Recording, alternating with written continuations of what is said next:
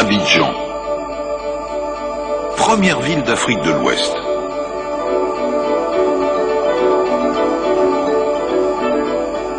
En moins de 50 ans, sa population est passée de 400 000 habitants, au moment de l'indépendance, à 4 millions aujourd'hui.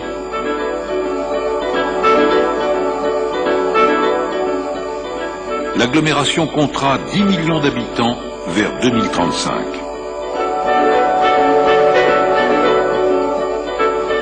Conscient des enjeux pressants que représente cette croissance, le président Laurent Gbagbo a décidé de lancer le projet du Grand Abidjan.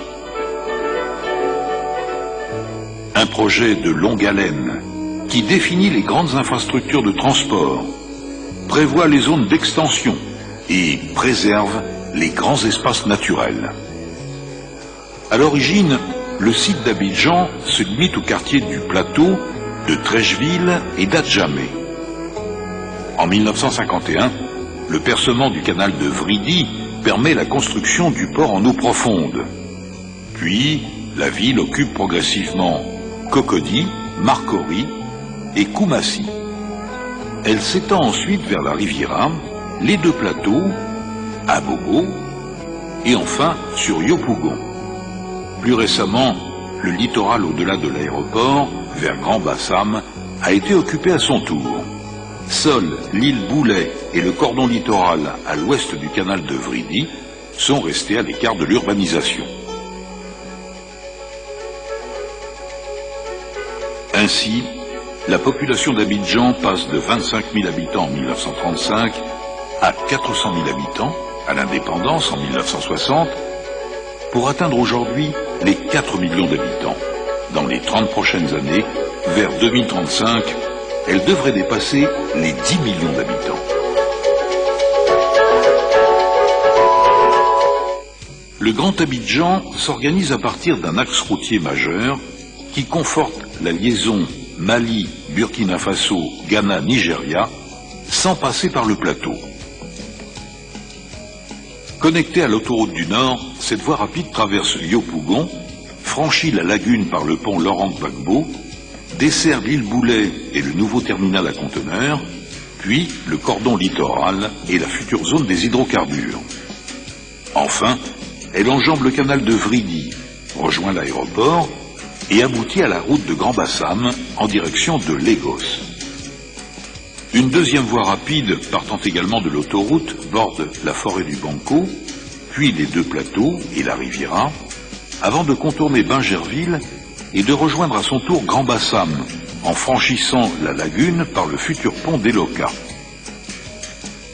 Ensemble, ces deux voies rapides dessinent une grande rocade périphérique qui réunit les 3 premières capitales historiques de la Côte d'Ivoire et structure le développement du Grand Abidjan. La traversée de la lagune sera aussi assurée en de nombreux autres endroits, notamment par le 3e pont Riviera-Marcory, ainsi que par l'intensification du réseau de bateaux-bus. Pour compléter ce réseau de transport, une nouvelle liaison ferroviaire, marchandises et voyageurs, reliera Anyama au terminal à conteneurs de l'île Boulet.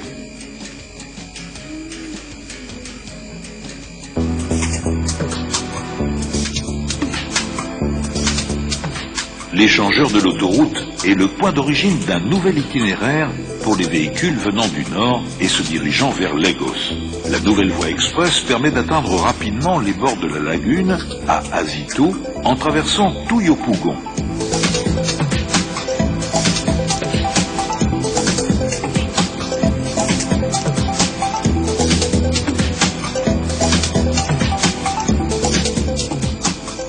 Le long du parcours, les croisements à niveau décalé permettent de desservir et de désenclaver les différents quartiers du Banco, de Nyangon et de Yopougon-Kouté.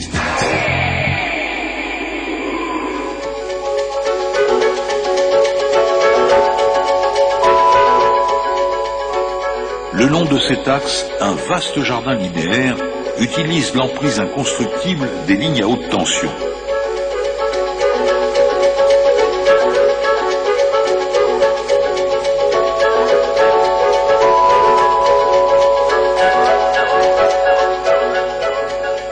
pont Laurent Gbagbo, ouvrage d'art emblématique qui marquera profondément le visage de la ville d'Abidjan, enjambe la lagune ébriée pour atteindre l'île Boulet.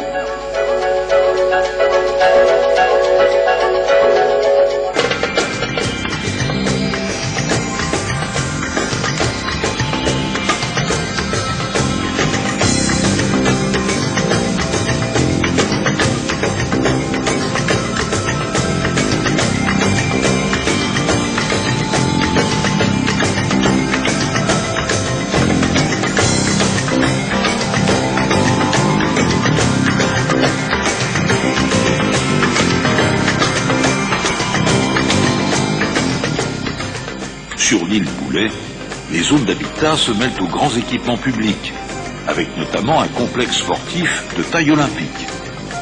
Un grand parc urbain de 800 hectares de palmeraies et de plantations affirme les ambitions environnementales du Grand Abidjan.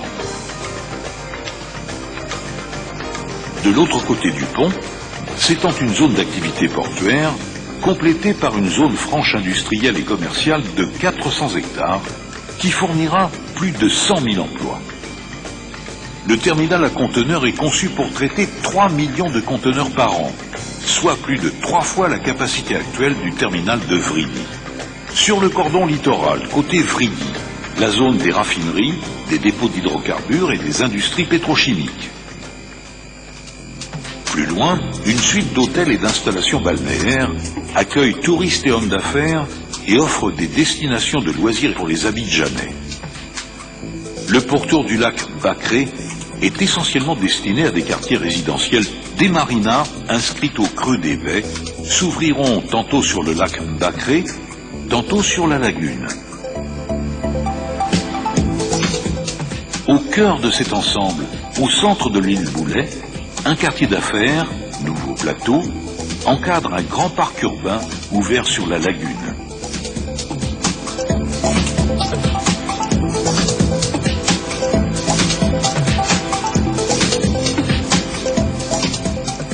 La seconde branche du pont Laurent Gbagbo conduit sur le cordon littoral.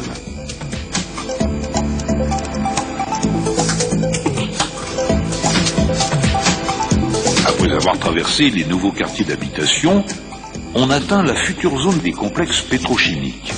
L'itinéraire se poursuit vers Lagos, marqué par la porte d'Abidjan, l'ouvrage de franchissement du canal de Vridi, dont la chaussée est suspendue à 60 mètres au-dessus de l'eau pour laisser le passage aux grands navires.